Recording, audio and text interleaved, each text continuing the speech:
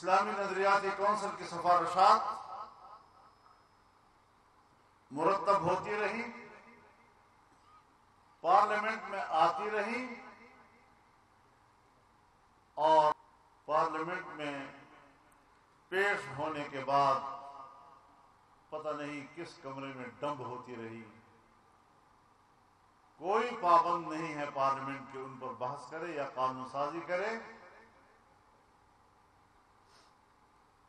اس بار 26ویں ترمیم کے تحت پارلیمنٹ کو پابند کیا گیا ہے کہ اسلامی نظریاتی کونسل کی سفارشات محض وہاں پیش نہیں ہوں گی، بلکہ اس پر باقاعدہ بحث ہوگی، ڈیبیٹ ہوگی، اور بالآخر اس کا نتیجہ قانون سازی پر ہوگا۔ یہ ایک بڑی پیش رفت ہے۔ اس حوالے سے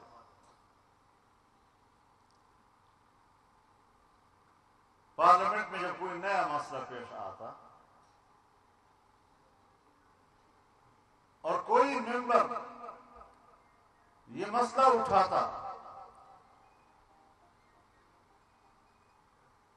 کہ اسے قانون سازی کے لیے پہلے اسلامی نظریاتی کونسل میں بھیجا جائے تاکہ وہ قرآن و سنت کی روشنی میں پہلے پرکھے کہ یہ قانون قرآن و سنت کے مطابق ہے یا نہیں، تو ایوان کی 40% اراکین کی حمایت حاصل کرنا ضروری تھا۔ جب تک ایوان کا 40% یہ نہ کہہ دے کہ یہ مسئلہ اسلامی نظریاتی کونسل میں جائے گا، اس وقت تک اسلامی نظریاتی کونسل میں مسئلہ نہیں جا سکتا تھا۔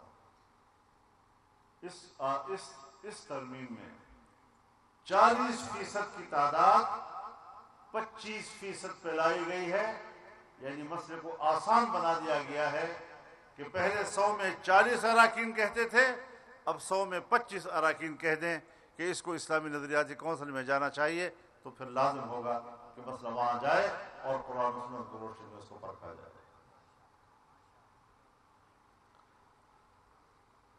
تو میرے محترم دوستو، جمہوریت بھی اگر ہے تو جمہوریت بھی قرآن و سنت کی پابند ہے۔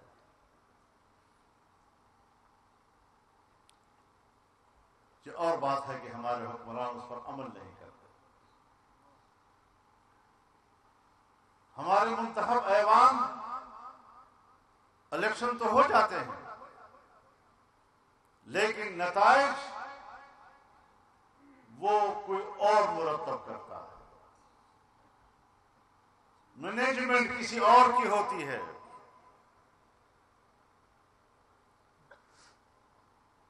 اور میرے مشاہدے میں ہے کتنی اسمبلیاں آئیں اور ایسی قانون سازیاں ہوئی کہ جس نے نظام مملکت پر عوام اور عوامی اداروں کی گرفت مضبوط کرنے کی بجائے اسٹیبلشمنٹ کی گرفت کو مضبوط کرایا۔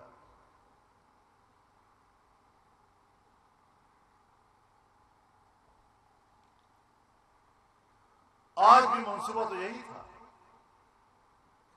کہ مزید پیش رفت کی جائے، مزید جمہوری نظام کو اسٹیبلشمنٹ کے پنجے میں دیا جائے اور اس کے پنجے گرفت کو مضبوط کیا جائے۔ لیکن الحمدللہ ایک مہینے کی مشقت تو ہم نے ضرور برداشت کر لی، لیکن ہم نے ان کی گرفت کو مضبوط نہیں ہونے دیا اور ان کو اپنے دائرہ کار تک محدود رکھنے کے لیے کہا۔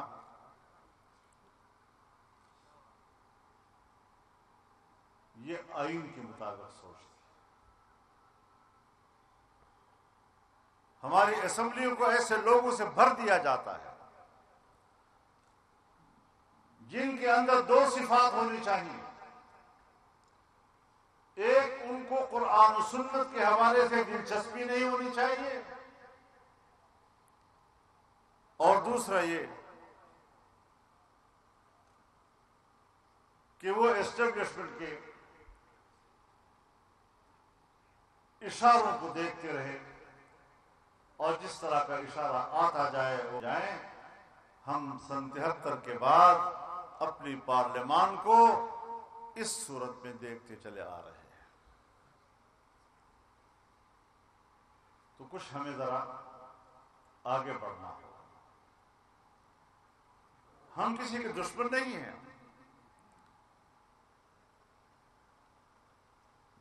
کوئی ادارہ اسے بدخواہی کیوں سمجھتا ہے؟ پاکستان تب مستحکم ہوگا اگر ہر ادارہ اپنے دائرہ کار کے اندر، دائرہ اختیار کے اندر کام کرتا رہے گا.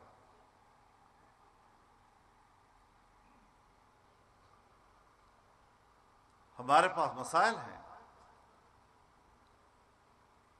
ہم نے ان مسائل سے نمٹنا ہے.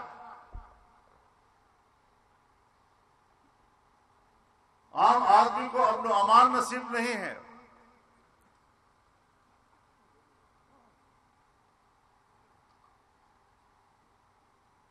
ملک کی معیشت مستحکم ہوتی ہے جب لوگ کاروبار کرتے ہیں، تجارت کرتے ہیں، کماتے ہیں، ملک کی پیسے میں اضافہ کرتے ہیں، ملک کو ٹیکس دیتے ہیں، اپنے ٹیکسوں سے ملک کا خزانہ بھرتے ہیں، اور تب جا کر ملک چلتا ہے. کتنا عرصہ ہو گیا، کتنی دہائیاں گزر گئی، ہم امن و امان سے محروم ہیں، اور ہمیں لولی پاپ دیا جاتا ہے کہ صاحب یہ مسئلہ ابھی حل ہو جائے گا، تو کل حل ہو جائے گا، تو رات حل ہو جائے گا، اور ہم دہشت گردی کے خلاف جنگ جاری رکھیں گے، اور یہ رکھیں گے اور وہ رکھیں گے. اس لولی پاپ سے امن نہیں آیا کرتا. میرا تجربہ یہ بتلاتا ہے کہ ہمارے پاس دہشت گردی کے خلاف کوئی مؤثر پالیسی نہیں ہے، اور ہم ملک کے اندر دہشت گردی کو بھی اپنے عوام کو بلیک میل کرنے کے لیے استعمال کرتے ہیں. کچھ ادارے ہوتے ہیں جو جرم کے خاتمے کے لیے ہوتے ہیں، لیکن ہمارے ہاں کچھ ادارے وہ بھی ہوتے ہیں کہ جو جرم کو استعمال کرنے کے لیے ہوتے ہیں. آج جرم کو استعمال کیا جا رہا ہے، جرم کا خاتمہ نہیں کیا جا رہا. ہاں، خاتمے کے نام پر قوم کو بلیک میل ضرور کیا جا رہا ہے.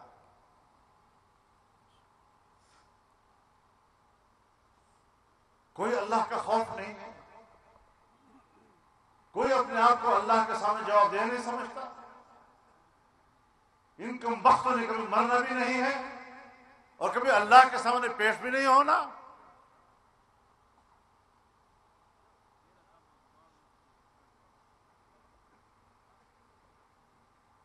اور پھر جہاں صاف بتا دیا جائے کہ اس ملک کے خاتمے کا فیصلہ کر دیا گیا. ہم امریکی پالیسیوں اور ان کے اشارات کو اگر سمجھتے ہیں تو اس سے یہی اندازہ لگتا ہے کہ شاید اب پاکستان کرۂ ارض پر ان کی ضرورت نہیں رہی. صوبوں کے درمیان نفرتیں پیدا کی جا رہی ہیں. ایک صوبہ دوسرے صوبے پر الغار کی باتیں کر رہا ہے. اس سے بڑھ کر بھی کوئی حماقت اور ہو سکتی ہے؟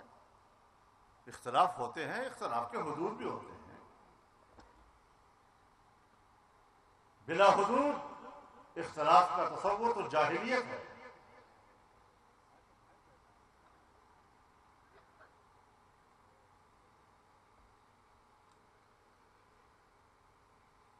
تو اس ساری صورتحال میں ہمارے پاس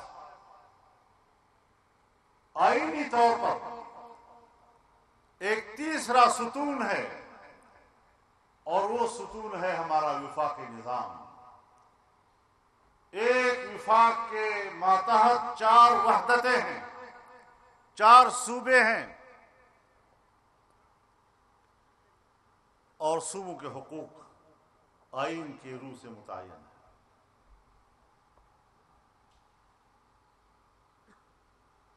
ہم آئین کی روح سے اپنے وسائل کے مالک ہیں. ہمارے وسائل پر کسی کو قبضہ کرنے کا کوئی حق حاصل نہیں ہے. بلوچستان کے وسائل پر بلوچستان کے عوام اور ان کے بچوں کا حق ہے. سندھ کے وسائل پر وہاں کے عوام ان کے بچوں کا حق ہے.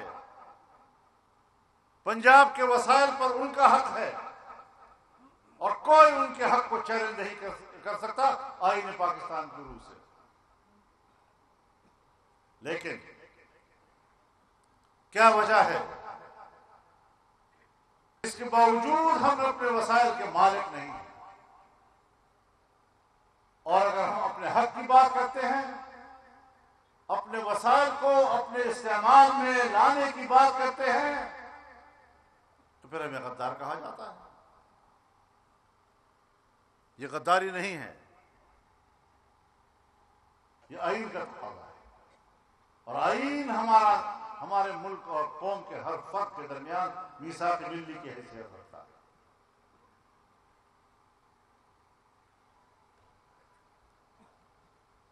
ہم اپنے حقوق سے دستبردار ہونے کو تیار نہیں. تم جنگ چھیڑ دو، قومیں لڑتی رہیں، خون بہتا رہے، اور طاقتور ادارے امن کے نام پر ہر جگہ پہنچتے رہے. ہمیں کہتے ہیں ہم امن کے لیے آئے ہیں، اور میں کہتا ہوں آپ ہمارے وسائل پر قبضہ کرنے کے لیے آئے.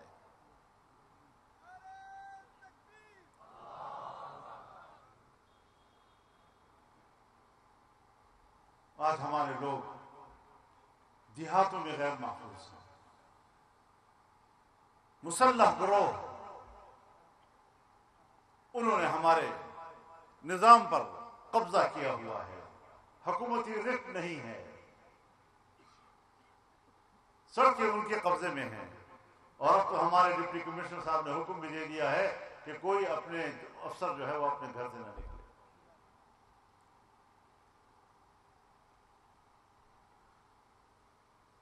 کیا اس حد تک ہم چلے گئے؟ سی پیک جو پورے ملک کی ترقی کا ایک دروازہ ہے،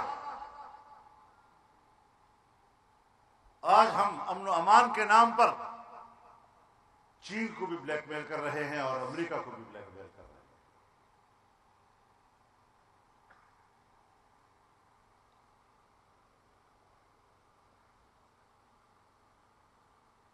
ڈالر کمانے کے طریقے ہیں.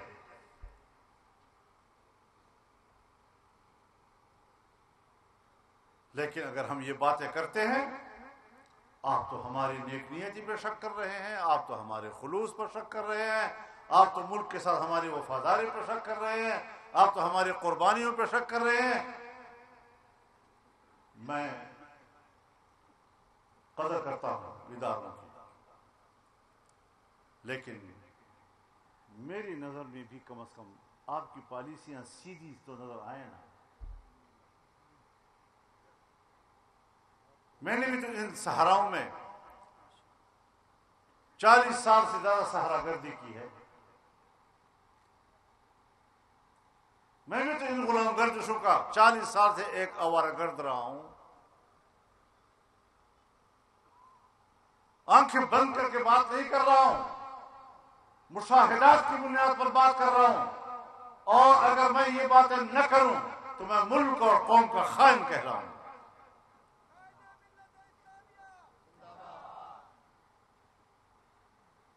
اپنا رخ سیدھا کر لیجیے، اپنا قبلہ درست کر لیجیے.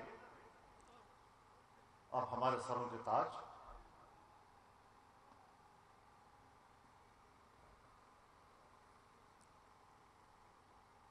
کہتے ہیں کہ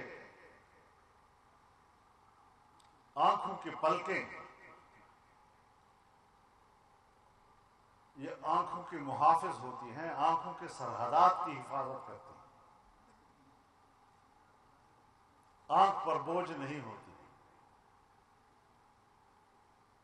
لیکن اگر پلکوں کا ایک بال بھی آنکھ کے اندر گرتا ہے تو آپ بتائیں کہ پھر آنکھ احتجاج کرتا ہے یا نہیں؟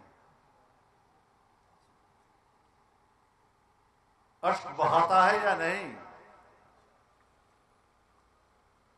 تو یا تو کبھی وہ بال جو اپنے حدود سے تجاوز کر کے آنکھ کے اندر آ گیا، اپنی حفاظتی ذمہ داری سے دستبردار ہو کر آنکھ کے اندر آ گیا، یا تو اشک بہاتے بہاتے وہ آنکھ سے نکل جائے گا، ورنہ پھر اسے نکالنا پڑتا ہے۔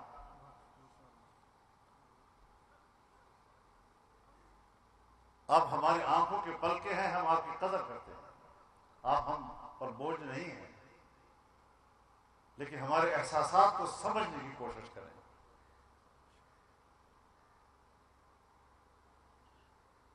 یہ ملک ہم سب کا ہے،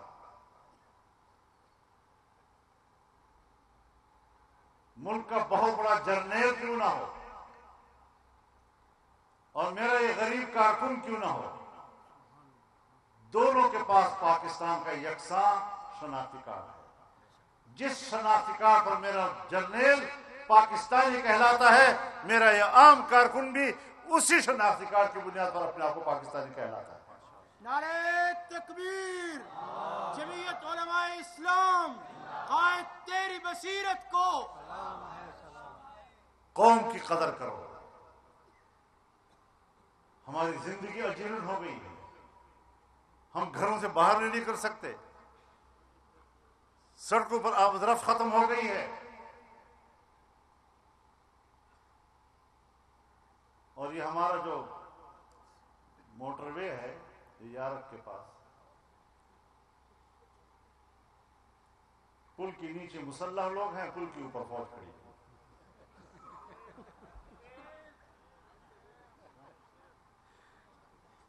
یہ میں بلا وجہ نہیں کہہ رہا، یہ مشاہدے دیکھے گئے ہیں۔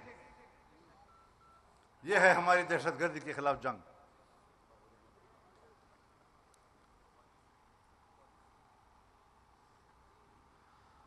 اور ہمارا جو چوتھا ستون ہے آئین کا، وہ ہمارا پارلیمانی طرز حکومت ہے۔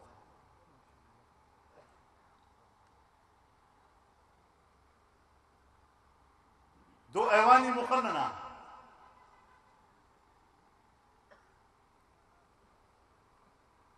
عوام کے ووٹوں سے منتخب ادارے ہوتے ہیں۔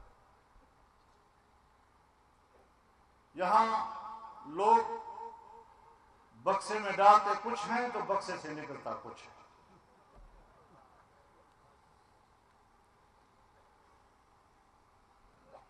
تو اس طرح کے الیکشن پھر قبول نہیں کیے جا سکتے۔ اور یاد رکھو، ہم وہ لوگ ہیں اللہ کے فضل و کرم سے اور اس کی نصرت کے ساتھ کہ تمہارا جبر ہمیں تمہارے جبر پر آمادہ بھی نہیں کر سکتا، نہ اس کی حمایت کرنے پر مجبور کر سکتا۔ ہم نے پہلے دن کہا تھا کہ یہ الیکشن دھاندلی ہے، آج بھی کہتے ہیں یہ الیکشن دھاندلی، چاہے ہمارے صوبے کا ہو چاہے باہر کے دوسرے صوبوں کا۔ پھر کیسے ملک چلے گا؟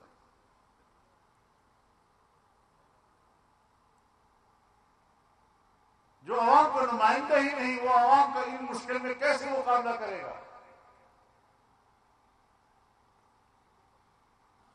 جب شہر پر مشکل آتی ہے تو ہمارا منتخب نمائندہ علاقہ چھوڑ جاتا ہے، بھاگ جاتا ہے، قوم کے سامنے آنے کی ضرورت نہیں کر سکتا، لوگوں سے بات کرنے کی ہمت نہیں رکھتا۔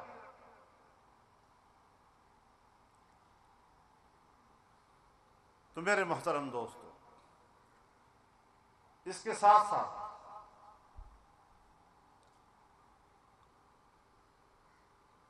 ہم نے پھر بھی اختلافات کے حدود کو سمجھا۔ شنگھائی تعاون تنظیم کا اجلاس پاکستان میں ہوا، پاکستان کو میزبانی کا شرف ملا، یہ ہمارے لیے اعزاز ہے، قوم کے لیے اعزاز ہے۔ ہمیں ادراک ہے اس بات کا کہ ہمارے ملک کی معیشت کمزور ہے۔ معیشت کی بہتری کے لیے اگر کوئی اقدامات ہوتے ہیں، ہم نے اس کا راستہ نہیں روکا۔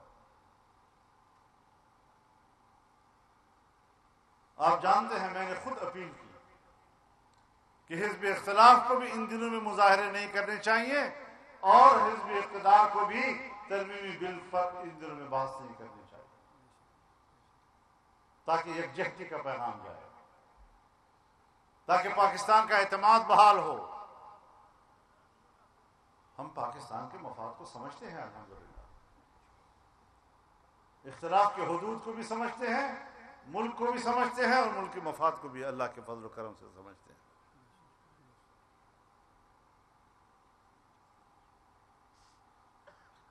اب دیکھتے ہیں کہ ہمیں اس سے کتنا فائدہ ملتا ہے، ہمارے حکمرانوں میں کتنی صلاحیت ہے کہ وہ ملک کی معیشت کو بہتری کی طرف لے جائے۔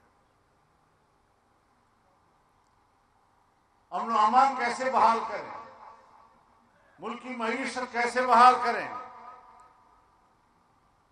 ملک کے اندر کے سرمایہ کار اور ملک کے باہر کے سرمایہ کار، ان کا اعتماد کیسے بحال کریں، دوست ممالک کا اعتماد ہم کیسے بحال کریں۔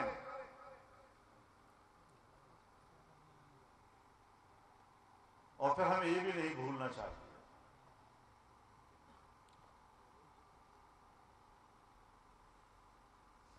کہ ہمارے سامنے مسجد اقصی بھی ایک بہت بڑا مسئلہ ہے، ہمارے ایمان کا مسئلہ ہے، جو آج صہیونیوں کے قبضے میں ہے، اور ان کے قبضے سے آزاد کرنا مسلمانوں پر فرض ہے۔ آج غزہ کے مسلمان قربانیاں دے رہے ہیں، 50 سے 60 ہزار لوگ اس وقت تک شہید ہو چکے ہیں، جو جنگ نہیں لڑ رہے، بچے ہیں، خواتین ہیں، بوڑھے ہیں، غیر مسلح ہیں، پرامن شہری ہیں، اور ایک وحشی ملک ریاستی دہشت گردی کر کے ہمارے مسلمان بھائیوں کا قتل عام کر رہا ہے۔ امریکہ اس کی سپورٹ دے رہا ہے، مغربی دنیا اس کو سپورٹ دے رہا ہے، اور یہ وہ ملک ہے جب 1948 میں وجود میں آیا تو قائد اعظم محمد علی جناح نے کہا کہ یہ ایک ناجائز اولاد ہے۔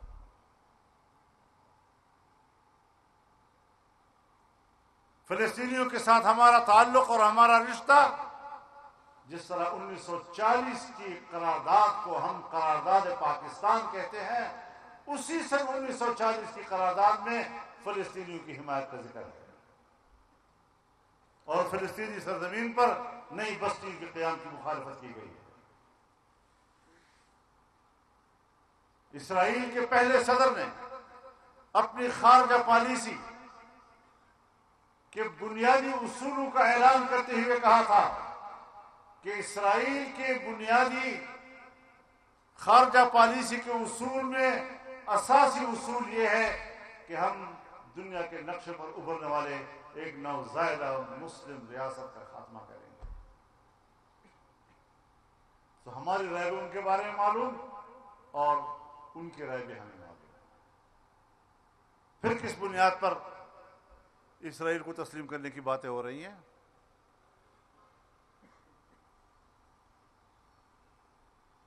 تاکہ ایک بار پھر ہم دوسری قسط کشمیر کو بیچنے کے لیے جواز پیدا کر سکیں۔ کشمیریوں کے خون پر ہم نے 77 سال سے سیاست کی ہے، ان کی عزتوں پہ سیاست کی ہے، آج ہم نے ان کو بیار و مددگار چھوڑ دیا ہے، لیکن پاکستان کے عوام ان کو تنہا نہیں چھوڑیں گے انشاءاللہ۔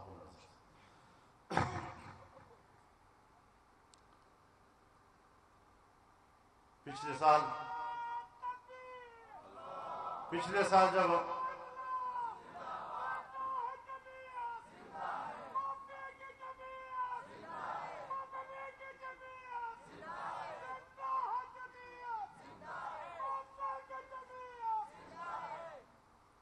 زندہ ہے پتہ چل گیا۔ تو میرے محترم دوستو، گزشتہ سال 7 اکتوبر کو جنگ شروع ہوئی، 14 اکتوبر کو پشاور میں مفتی محمود کانفرنس تھی اور اس کو ہم نے طوفان اقصی کانفرنس میں تبدیل کر دیا تھا۔ ابھی 7 اکتوبر کو کراچی میں جلسہ ہوا، تمام مذہبی جماعتوں پر مشتمل جلسہ تھا، لیکن جمعیت کے کارکنوں نے اس جلسے کو ایک منظر عطا کیا تھا۔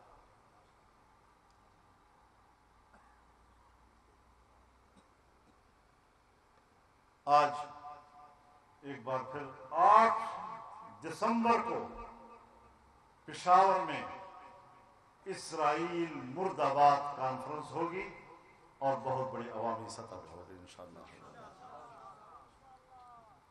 ہم کشمیریوں کے ساتھ بھی کھڑے ہیں، ہم فلسطینیوں کے ساتھ بھی کھڑے ہیں۔